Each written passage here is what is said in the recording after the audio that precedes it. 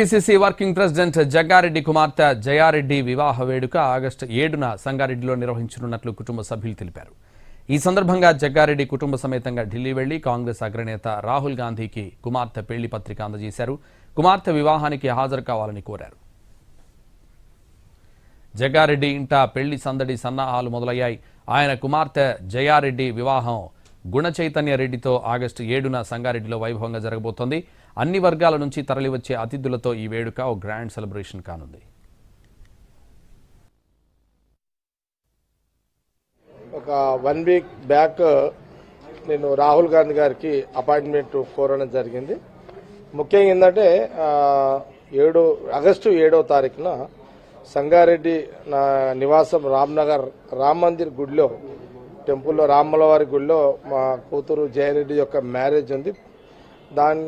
పెళ్లికి ఆహ్వానించడానికి invitation card ఇద్దామని నేను రాహుల్ గాంధీ గారి అపాయింట్మెంట్ కోరినప్పుడు ఈరోజు నాకు అపాయింట్మెంట్ ఇవ్వడం జరిగింది.